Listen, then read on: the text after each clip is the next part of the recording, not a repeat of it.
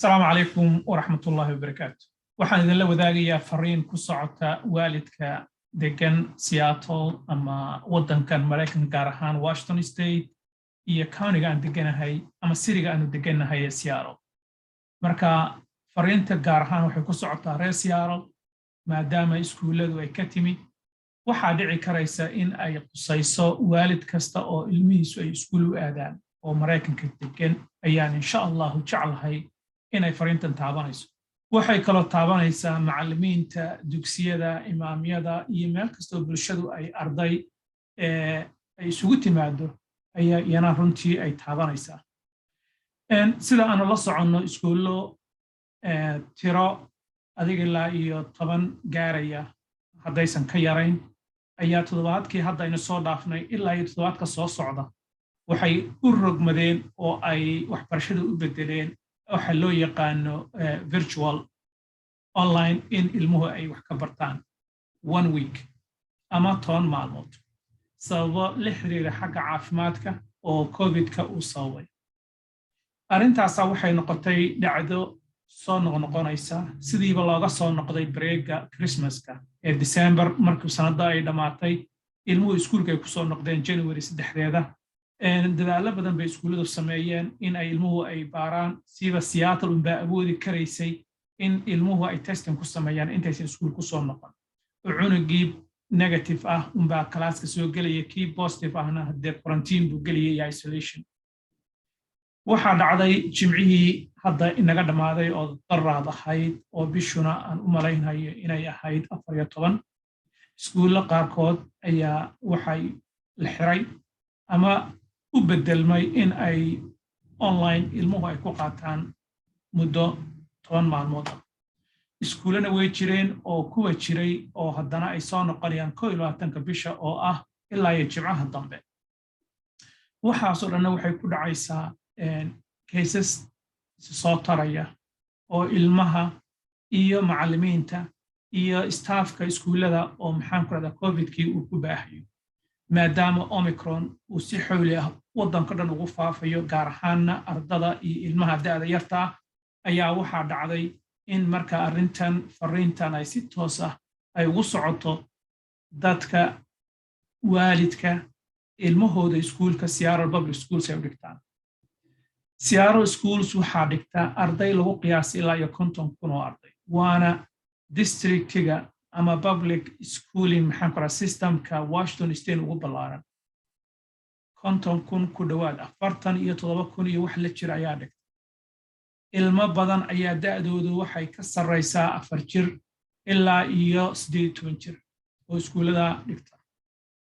marka waxaa dhacday in cases tiro badan ay iskuuladu ay maxaan ku radaa ardadu iyo macallimiinta absenteeism badan arday qaarkood maxaan ku radaa ay de quarantine ay u geliyaan markii qof laga kalaaska jiray laga helay cudurkii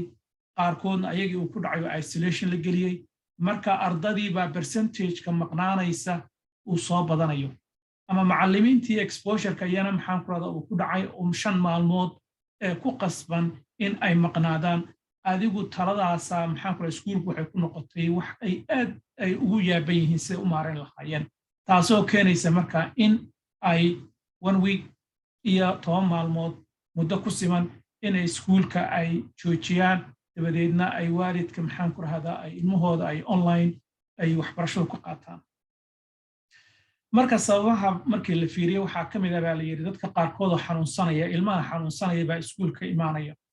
lama garanayo ilmahaasi cidda ay yihiin laakiinse waxaana laga codsaday in ilmaha East Africanka gaar ahaan Soomaalida in waalidkooda la wacyigeliyo wax loo sheego in ay jiraan fursado haddii cunuga uu xanuunsanayo waalidka inuu guriga ku hayo cunuga ama haddii uu cunuga xanuunsanayo noocay doontaba ha hergab noocuu doono ha ahaado haddii uu xanuunsanayo in covid-ka laga baaro oo reeruhu ay aqoon u yeeshaan in ay heli karaan in waxa loo yaqaan rapid antigen test in gurigooda ay ku sameyn karaan oo haddii uu negative yahayna in ay u soo diraan iskuulka haddii uu positive noqdana cunuga markaasi in ay guriga ku hayaan dabadeedna ay PCR testing ay u diraan. وفرين رنتي بلارن u baahan waalidku inay aqoon u yeeshaan waxa laga doonaya ama wax laga codsanayo taasi waa mid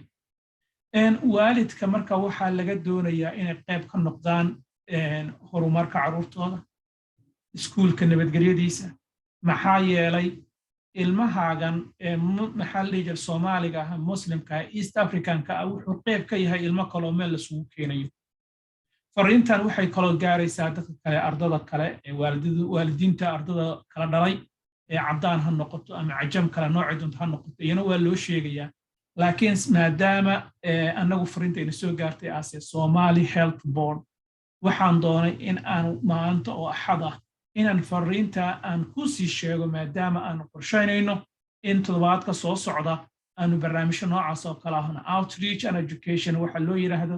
in aan bulshada gaarsiino fariimaha noocaas oo kala ah siday doonto ee wasaaradda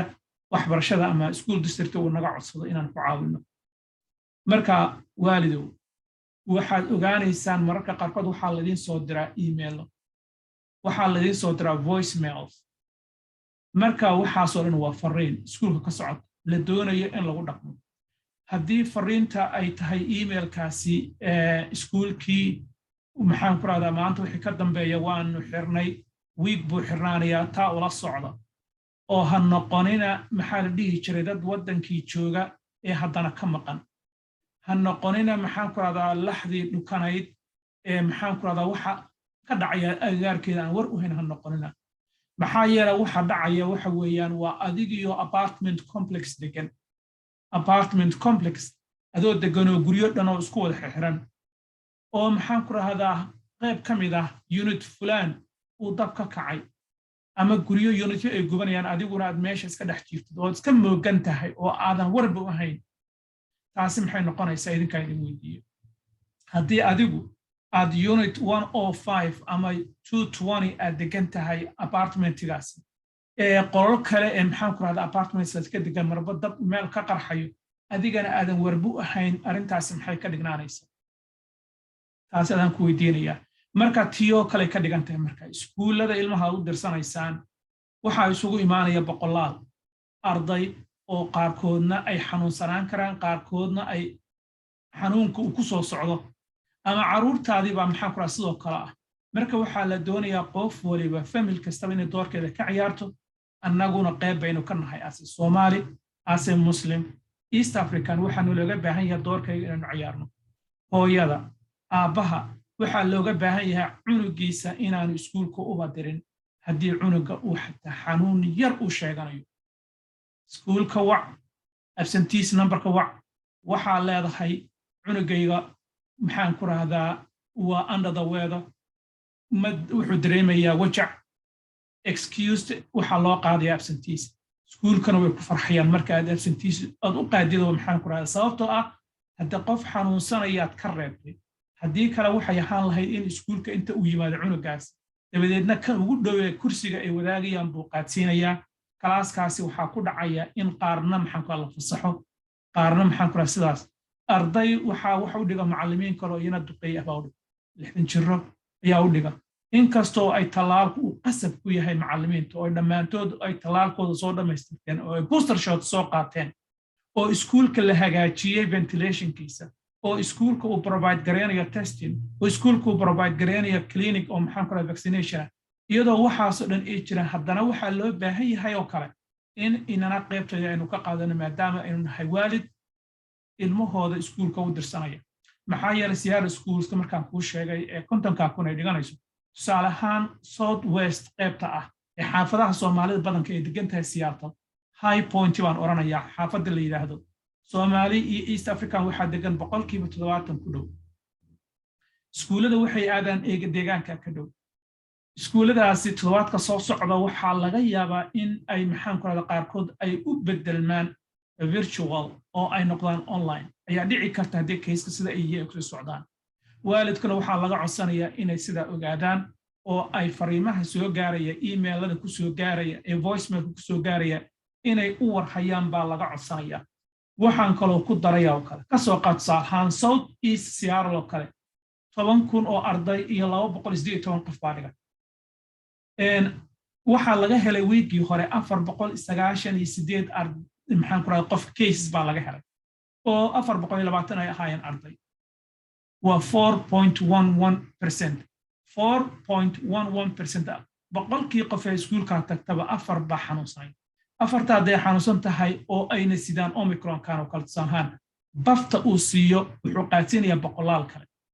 ama 10 kale markuu sii galayo kalaaska marka uu ka soo baxayo kalaaska marka uu maxaan ku radaa kalaaskiisa joogo waxaa soo dhan waxay halis u tahay dad fayow in ay xanuunkii ka soo qaadaan kalaaska si cunugaagana aysan u dhicin inuu meesha ka soo qaado ama aanu ma gaarsiin maxaan ku radaa isagii xanuunkii aanu xaafadda geyn fadlan la socda fariimaha idinkaga imaanaya iskuulada marka arrintaas la idinka codsanaya iskuulkana markasta waxaad jeeg garaysaan oo kale iskuul website-ka waa la update garaya markasta iskuulka social media leeyahay Facebook iyo Twitter leeyahay oo halka ay post garayaan iskuulka la xiray iyo xaaladdu siday tahay halkaas ku update garayaan salahan aad korosio arday badan inoo dhigato wiigan dhow waa xiran yahay miini sidaas oo kale waa xiran yahay Franklin High School oo xaafad maxaan ku radaa Rainier ku yaala wuu xirnaa isna oo maxaan ku radaa toddobaadka dambe 20 bisha la furaya iskuulo badan oo sidaas oo kale in person-ki waa laga joojiyay oo Zoom baa loo bedelay iyo maxaan ku radaa virtual academy marka waxyaabo badan baa jira marka waxaan idinka codsanayaa oo fariintaydu ay tahay in aynu la soconno ardadeena iyo maxaan ku radaa xaaladkooda iskuulka inaan la soconno taas waa mid waxaa kaloo iyana equally important ah ilmahaasi waxaa dhici karaysa marka ay ka soo baxaan iskuulada ama galbihii ha noqoto ama maqribadii ha noqoto ama iskuulka maxaan ku radaa marka uu weekendiga yahay waxaa laga yaabaa inay dugsiyo aadayaan waxaa laga yaabaa inay masaajida loo kaxaynayo oo jamaacad ay ka qayb galayaan waa dhici karaysa marka waa in qof kasta la socotaa xaaladda guud ee deegaanka aynu degannahay cudurka sida uu u kacsan yahay cudurkaan ka hadlayo waa COVID-19 iyo marka waxaasoo dhan raad bay ku yeelanaysaa marka implicationka ay ku yeelanayso waxaasoo dhan waa inaad la socotaan oo imaamada iyo dadka maxaan ku radaa hoggaanka haya bulshada hoggaaminaya ee community based organizationada dhammaantood in ay isla shaqeeyaan oo bulshada tan sidii ay u badbaadi lahayd laga wada shaqeeyo